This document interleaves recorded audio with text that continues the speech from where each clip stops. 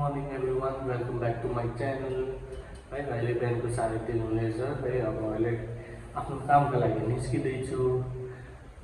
पानी सानी सबै लिएर निस्किँदैछु र अहिले फेरि पानी पर्दैछ बाहिर। गाइस यस्तो दामी मौसम भइरहेछ है। पानी परेछ चिसो चिसो है। मजा आउँछ आज काम गर्नु पानी परेर है। यहाँनिर देखिँदैन यहाँनिर है। अहिले म बाहिर देखाउँछु नि। पानी परेर होला मजा आउँछ आज।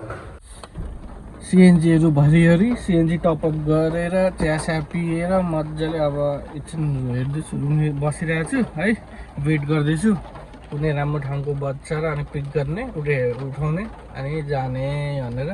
पानी परेर मजाले हेर्नु नि, पानी पर्दैछ है। हल्का फुल्का पानी छिट्टाउँदै के पर्दैछ। अब हेरौँ के कस्तो छ काम। राइडहरू त बजिरहेछ, बज्न चाहिँ अलिक छोटो छ है।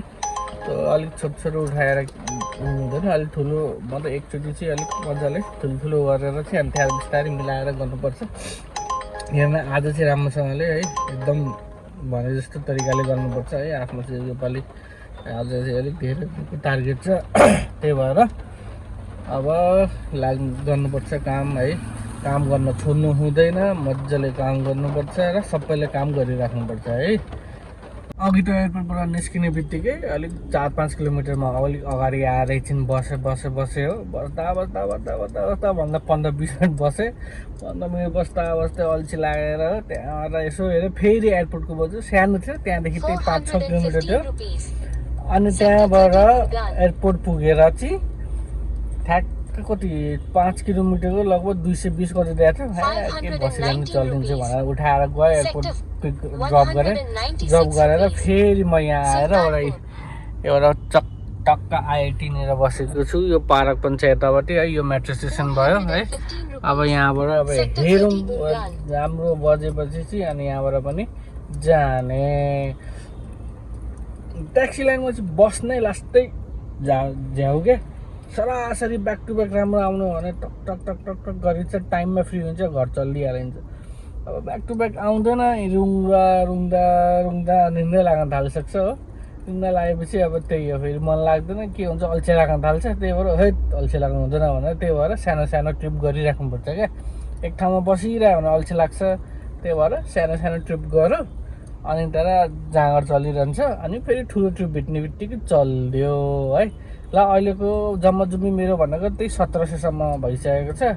अहिले बज्दैछ 1700सम्मको भएको छ। अहिले त्यही 8:15को त्यही 8:20 हुँदैछ। त्यहाँबाट अब हेरौँ कहाँ के को भेटिन्छ। अब हेरेर उठाएर पिक गर्छु है त। त्यहाँबाट उठाएर म यो गुडगाउँ भन्ने ठाउँमा आएको छु, साइबर सिटी। त्यहाँ ड्रप गरेर फेयर भनेको 501 कि 502 समथिङ थियो है फेयर। अनि त्यहाँ ड्रप गरेर त्यहाँ निस्केर अनि त्यहाँबाट म यहाँ रेसिडेन्ट एरियामा आएको छु। अब हेरौँ यहाँबाट कहाँ के बज्छ। अनि त्यहाँबाट अब यहाँबाट चाहिँ दिल्लीको तरफ, यो चाहिँ हरियाणा पर्छ गुडगाउँ। त्यही भएर अब दिल्लीतिर जाने हो है। अनि एक दुई ट्रिप हान्ने अनि त्यहाँबाट घरतिर लाग्ने हो। अब हेरौँ यहाँबाट कस्तो ट्रिप पाउँछ, त्यही अनुसारले गर्ने हो। अब म घर जाँदैछु है। स्टेसनमा एकछिन पुगेँ मैले त्यो गुडगाउँ छोडेर, मैले गुडगाउँ छोडेर एकछिन नुँगेर है। त्यहाँबाट ठिक्क 5 मिनट लागेन होला, रेलवे स्टेसनको बजिहाल्यो दिल्लीको। त्यहाँबाट दिल्लीबाट रेलवे स्टेसन उठाएर यता रेलवे स्टेसन पिक गर्दै ड्रप गरेर चाहिँ त्यसको फेयर भनेको लगभग मेरो 570 कतिको भएको थियो फेयर। अनि अब अहिले यहाँबाट घर नजिकै छ, त्यही भएर म अहिले घर जाँदैछु। अनि रातिको एयरपोर्टको रिजर्भेसन आएको छ 9 बजेको। अनि आज राति चलाउनु पर्यो भन्दैछु। आज म राति चलाउँछु किनभने रिजर्भेसन आएको छ।